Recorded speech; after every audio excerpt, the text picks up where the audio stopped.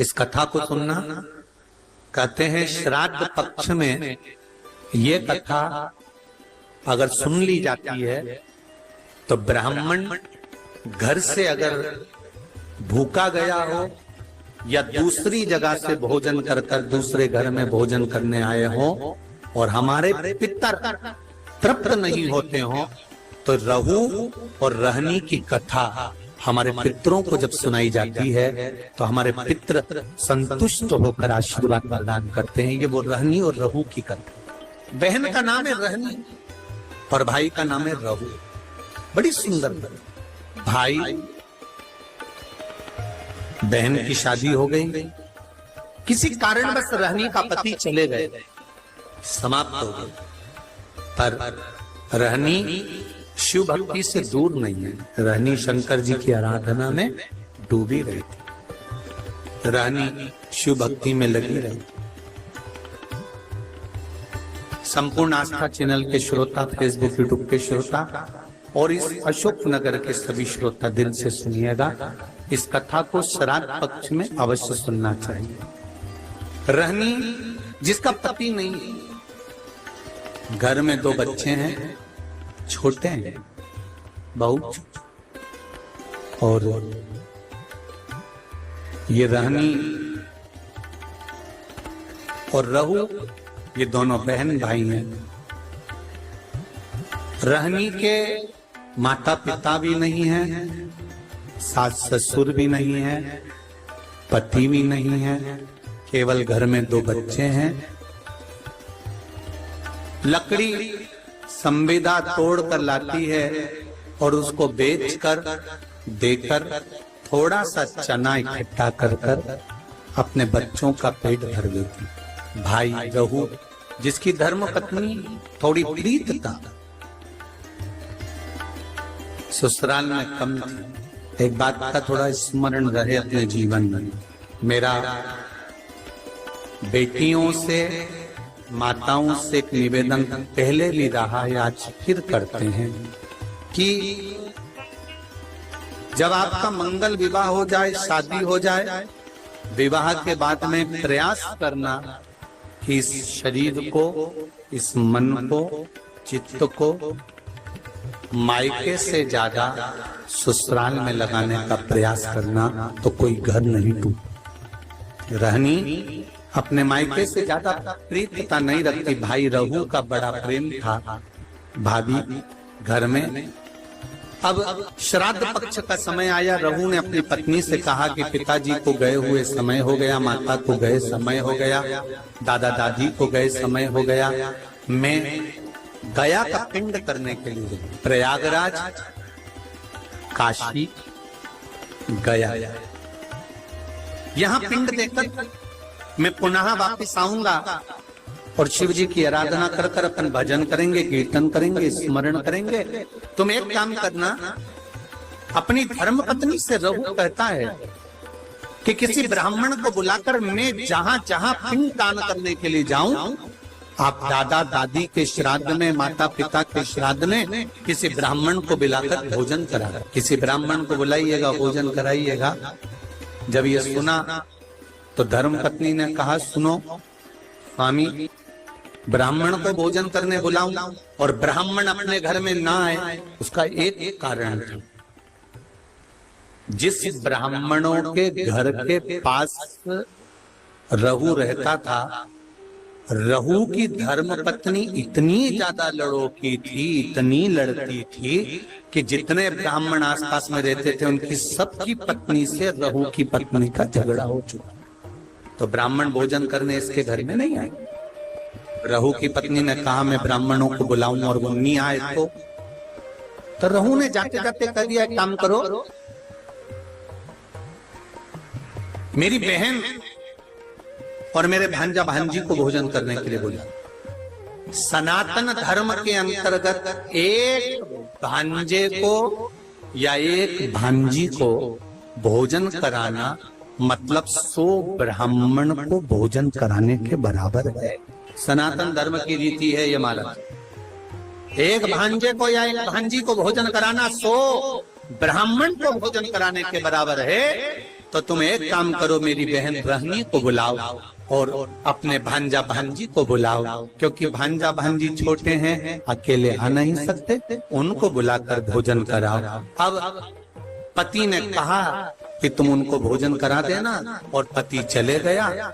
धर्म पत्नी इतनी विचित्र थी कि उसने अपनी ननंद को बुलाया तो सही, पर भांजा भांजी को मना करवा दिया कि उनको लेकर मत आना, और भोजन करने के लिए ननंद को नहीं बुलाया, भोजन का काम करने के लिए ननंद को बुलाया, और निमंत्रण मायके वालों को दे दिया कि श्राद्ध में मेरे दादाजी का श्राद्ध है, माता पिता का श्राद्ध है, आप सब आओ। मायके वाले श्राद्ध का भोजन करने आ गए। ननंद को निमंत्रण देकर बुलाया, जी आपकी माताजी और पिताजी का श्राद्ध है, अगर आप नहीं आओगी तो श्राद्ध में अच्छा नहीं लगेगा। ननंद आई, और ननंद ने आने से पहले अपने बच्चों से कहा कि मैं नाना के घर जा रही हूँ। बच्चों की आंख में जल भरा हुआ था। माँ, आप हम दोनों को छोड़कर जा रही हो, हमें भी साथ ले चलो, हम भी चलना चाहते हैं। नहीं,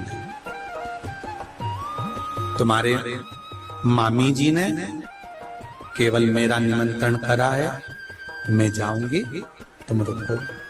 माँ, 2 दिन से लकड़ी नहीं मिली, जलवृष्टि हो रही थी, लकड़ी नहीं मिल पाई तो बेच नहीं पाई, 2 दिन से अन्न घर में नहीं आया, हमें भोजन नहीं मिला। माँ, आज तू चली जाएगी, फिर भोजन कौन दे? बेटा बेटी कह रहे हैं, माँ 2 दिन से भोजन नहीं मिला है माँ, हम बहुत भूखे हैं माँ। माँ कहती है, तेरे नाना और नानी का श्राद्ध है, मैं जा रही हूँ, मैं मामी से कहूंगी कि बच्चे भूखे हैं तो भोजन दे देगी मामी। इसको नहीं मालूम था कि ननन को केवल काम करने के लिए बुलाऊं। रहनी गई, घर में पहुंची, बहुत मेला लगा हुआ था मायके का। खुश हो गई रहनी, आज मेरे माता पिता का श्राद्ध हो रहा है और इतने मेहमान आए। जब माता पिता के श्राद्ध में 10 ब्राह्मण, 20 ब्राह्मण, 25 ब्राह्मण भोजन करते हैं, तो दुनिया की कोई ऐसी ननंद नहीं होगी जिसके चेहरे पर प्रसन्नता ना हो कि मेरे मायके में इतने लोग भोजन करते हैं, मुझे गर्व महसूस होता। रहनी की आंख में खुशियों के अश्रु आ गए। मेरे माता पिता कितने भाग्यशाली हैं। जो जैसा होता है उसके मरने के बाद भोजन भी वैसा ही होता है। जो मरा उसके हृदय में खुशियां रहती है ना कि इसको भी भोजन कराओ, इसको भी भोजन कराओ, इसको भी भोजन कराओ, इसको भी भोजन कराओ। ये जो मिला है ये आपका नहीं है, ये आपके पूर्वजों का है। अब रहनी वहां पहुंच गई। क्या जाकर देखा रहनी ने कि चारों तरफ महासुख ही सुख, चारों तरफ वहां पर आनंद ही आनंद। रहनी ने जैसे ही पांव रखा, भाभी ने रहनी का हाथ पकड़ा और हाथ पकड़कर भाभी रहनी को सीधे रसोई घर में ले गई। और रहनी, सुनो, आपके माता पिता का श्राद्ध है, अगर बेटी भोजन बनाएगी तो माता पिता के श्राद्ध में माता पिता उसको प्रेम से ग्रहण करेंगे, लेंगे। बहुत समझने वाली बात है श्राद्ध पक्ष की।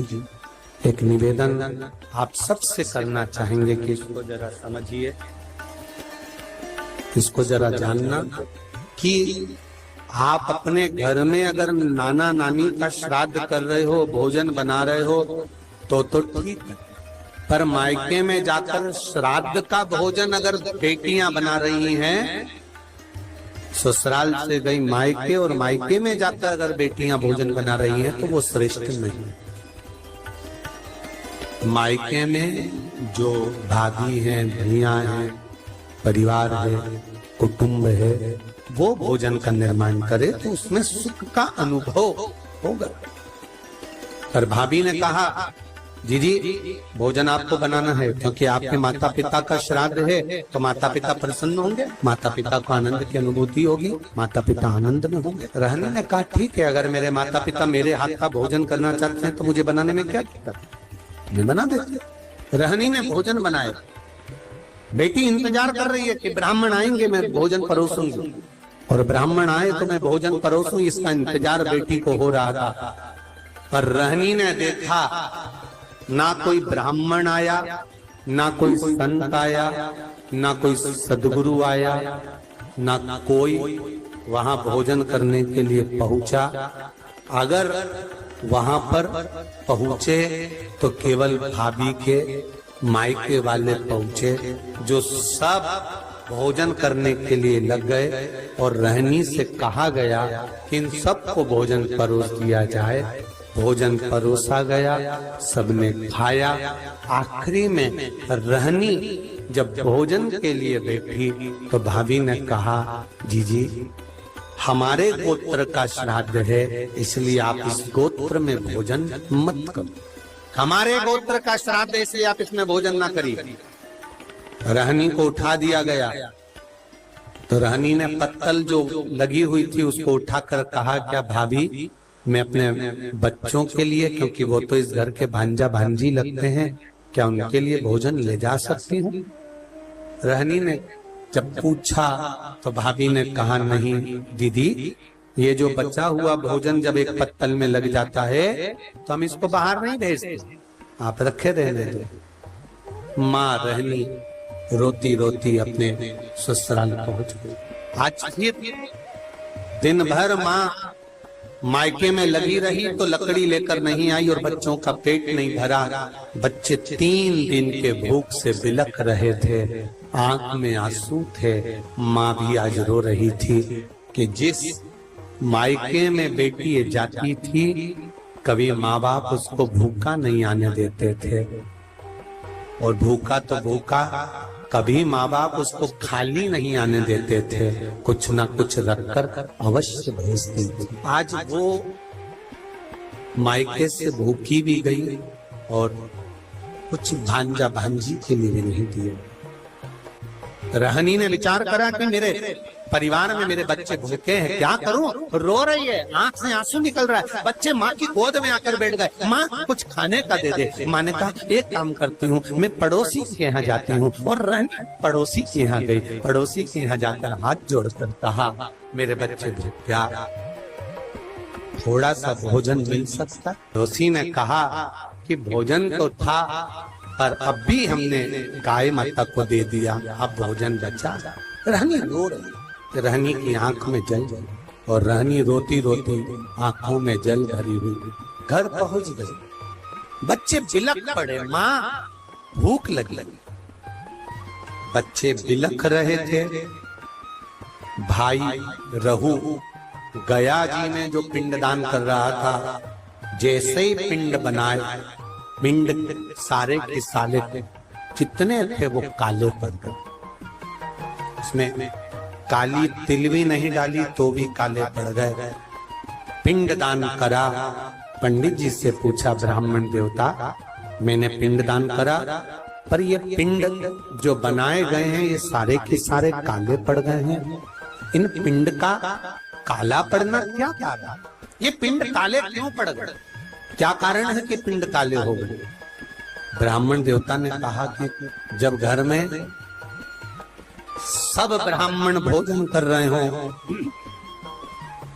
सब परिवार के लोग भोजन कर रहे हो, और घर के भांजा भांजी के नैनों में भूख के कारण जल होता है, तब ये पिंड काले पड़ जाते हैं। हमको लगता है आपके भांजा भांजी भूख से बिलख रहे हैं। रहू ने कहा ऐसा हो ही नहीं सकता। रहू बोले ये नहीं हो सकता, मैं अपनी धर्म पत्नी को कहकर आया हूं कि अगर ब्राह्मण भोजन करने ना आए तो मेरी बहन को भोजन करने बुलाना, भांजा भांजी को भोजन करने बुलाना। तो ये हो नहीं सकता कि भांजा भांजी भूखे हों। आप पता करना, पिंड काला तभी पड़ता है जब भांजा भांजी भोजन नहीं करे हों और भूखे बैठे। महाराज शिव महापुराण की कथा यहाँ तक कहती है, अगर आपके घर में ब्राह्मण भोजन करने आए हैं और अगर घर में बहन बेटियां हैं, भांजा भांजी हैं, तो इंतजार मत करना कि ब्राह्मण उठेंगे इसके बाद हम भांजा भांजी को भोजन देंगे। आप तो ब्राह्मण के साथ भांजा भांजी को भी भोजन करने बिठा सकते हो या पहले भी जिमा सकते हो, उसमें कोई दोष, उसमें कोई दोष नहीं। भांजा भांजी अगर भोजन करे तो उसमें दोष नहीं। आप जिमाओ। रहनी के बच्चे भूखे बिलक रहे, रहू को रहा नहीं गया, गया जी का पिंड कर कर रहू सीधे घर पहुंचा। घर में जाकर पत्नी से पूछा, क्यों मेरी बहन आई थी? हाँ। ना मानो तो पूछ लो सभी से, बहन आई थी कि नहीं आई थी? सबने कह दिया आई रहनी आई थी। हाँ, तो इसको लगा कि रहनी आई थी तो बच्चे भी आए होंगे, इसने नहीं पूछा। घर गया बहन को, दीदी ओ दीदी। हाँ भैया वीरा क्या हो गया? दीदी जिस दिन मैं पिंडदान करने के लिए गया था, जिस दिन मैंने पिंड दिया, उस दिन तेरे बच्चे क्या भूखे थे बहन? क्या तेरे बच्चे भूखे थे? रहनी भाई के गले लगकर रो पड़ी, भैया केवल बच्चे ही नहीं, तेरी बहन भी तेरे दरवाजे से भूखी आई, आंखों में जल। तू चिंता मत कर बहन, मेरे माता पिता और इन भांजा भांजी के नाना नानी का श्राद्ध अब इस घर में करना। मैं विश्वास से कहता हूं बहन कि पितृदेव कृपा जरूर करेगा।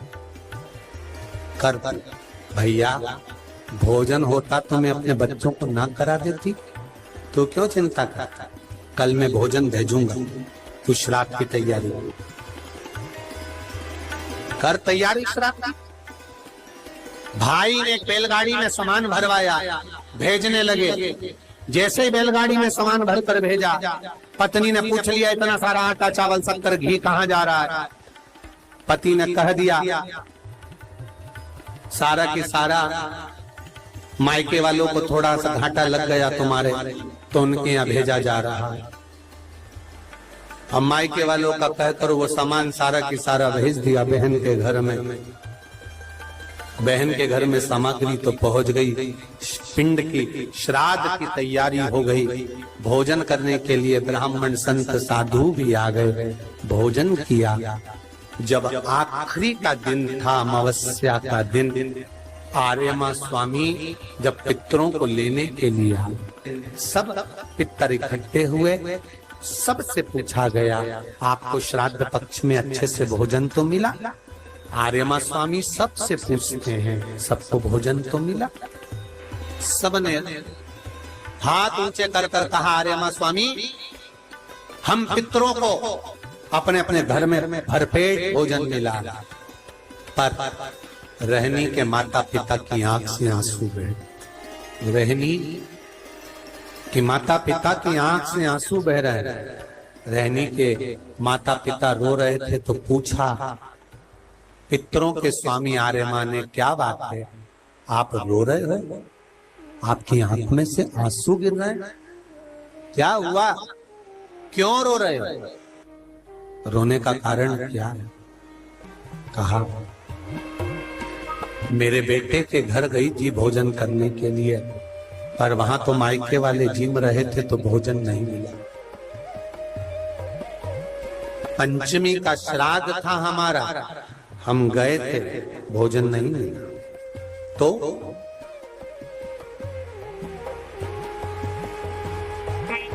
श्राद्ध पक्ष में पितरों को छोड़ा जाता है, भोजन मिला तो ठीक है, नहीं मिला पितर चले जाए। चंद्रलोक से पितृलोक के बीच में एक पितृलोक का सीढ़ी पड़ती है, जीना सड़ा सीढ़ी जिसपे पितर चढ़ के पितृलोक जाता। उस सीढ़ी पर कौन रुकता है? उस सीढ़ी पर पितृलोक में जाते समय कौन रुकता है? तर्पण शिव महापुराण की कथा कर रही है कि पंचमी का श्राद्ध था, पितर आए और आपके यहाँ पर उनको भोजन नहीं मिला, वो पंचमी के दिन का श्राद्ध नहीं जीम पाए, चले गए, पितृलोक की सीढ़ी पर जाकर बैठ जाते हैं।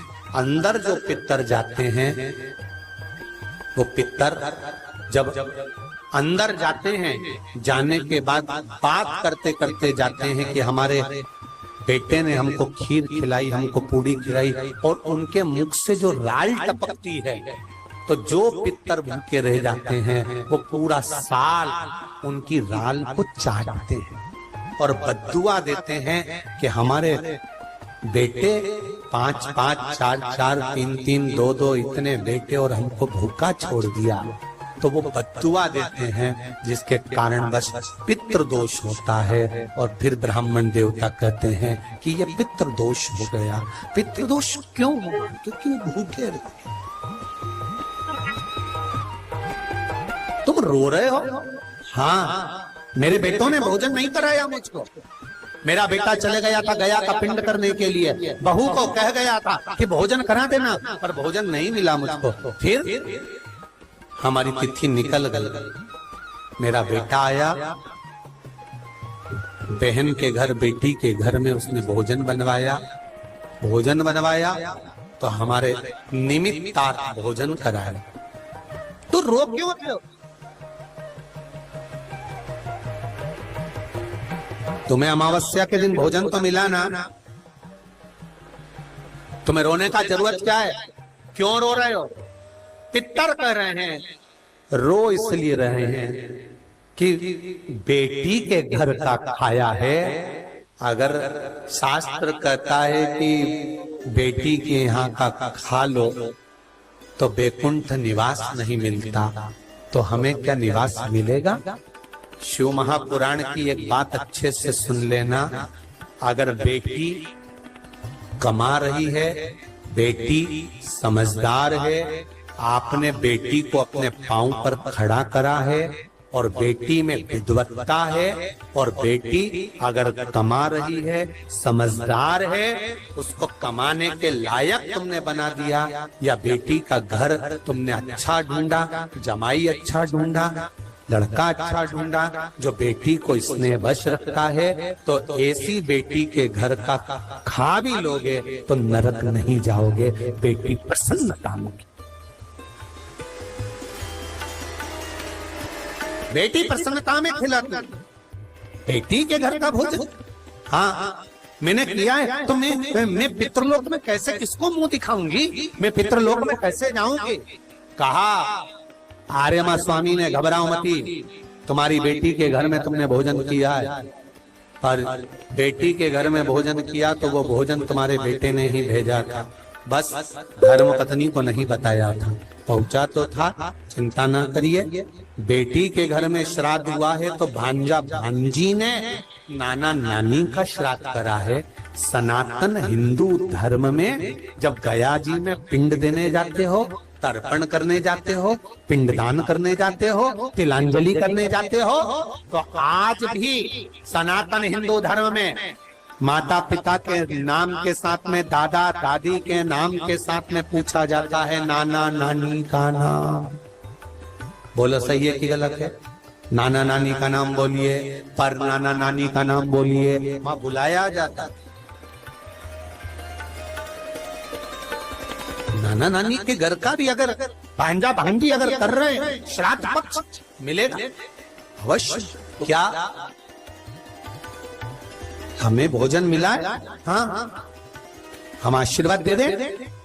रुको, रहनी शाम के समय दिया लगाने आई, उसके बच्चों को ले कुछ ऐसा दे देना, कुछ ऐसा दे देना कि रहनी को लकड़ी नहीं बेचना पड़े और बच्चों को भूखा नहीं रहना पड़े। रहनी शाम को दिया लेकर पहुंची घाट पर, जहां पर पितृ जल का प्रतीक्षा कर रहे थे, पानी पीने की तैयारी में थे, और पिता पानी का आचमन कर रहे थे। आर्यमा स्वामी ने आवाज लगाई, चलिए, चलने की तैयारी करिए, और अपने अपने घर के बच्चों को, जिन जिन के यहाँ पर भोजन करा है, उनको आशीर्वाद करवाए।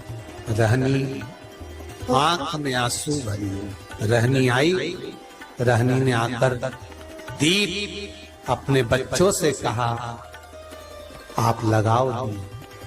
कहा, माँ आप दिया नहीं लगाओ? माँ कहती है, मेरा हाथ खाली, तुम्हारे पिता नहीं, पास में शिव मंदिर था। रहनी के बच्चे दौड़कर शंकर के मंदिर में गए। शिव जी से कहा, क्या मेरी माँ दिया नहीं लगा सकती? शंकर के मंदिर में शिव प्रकट होकर रहनी के पास जाकर कहते हैं, साधु के वेश में, नारी अगर सौभाग्यवती है तो भी दिया लगा सकती है, और सौभाग्य नहीं तो भी लगा सकती है।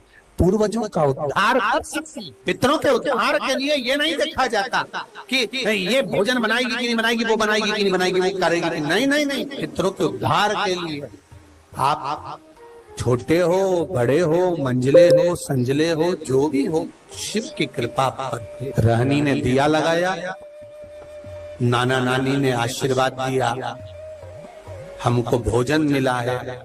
एक छोटा सा मट्टी का मटका बेटी के हाथ में पकड़ा दिया। इस मटके में से तू जब जब शिव का नाम लेकर कुछ निकालेगी, निकलता जाएगा। बेटी ने उस मटके में से सबसे पहले घाट पर जिस मंदिर में दर्शन करा था और जो संत मिला था, उसको देने के लिए कहा, हे पितृदेव, हे शिव, हे ओघड़दानी, कुछ दक्षिणा देना है। उसमें से सोने की मुद्रा निकली और बाबा को देकर विदा की। ऐसे मेरे ओघड़दानी रहनी को एक झंडा प्राप्त हुआ। शिव के नाम से, पितरों के नाम से उसमें स्मरण करने लगा। मेरा एक निवेदन आपसे भी है, ठेला चलाने वाला, ऑटो चलाने वाला, गाड़ी चलाने वाला, कबाड़ा बेचने वाला, भिक्षा मांगने वाला, एक गरीब से गरीब व्यक्ति एक घी का दिया अगर अमावस्या के दिन शाम के समय नदी, तालाब या बावड़ी के स्थान पर, घाट पर लगा दे, श्राद्ध पक्ष में, अगली जब श्राद्ध आए तो बताना जरूर पत्र लिखकर कि पितरों ने भंडार भरा कि नहीं भरा, दिया कि नहीं दिया, देते हैं कि नहीं देते, ये जरूर बता। अगली बार जहाँ कथा रहे तो आ जाना आप बताने के लिए अशोकनगर वालों की हमने। और जितने सुन रहे हैं भारत की भूमि पर, जितने देश विदेश में बैठकर कथा सुन रहे हैं, सब स्मरण करो और सबको सूचना दो कि श्राद्ध पक्ष की अमावस्या को शाम के समय पर दिया लगाने का फल क्या होता है। इस क्लिप को काट कर जनमानस तक भेजिए कि उसका लाभ क्या है, उसका फल क्या है।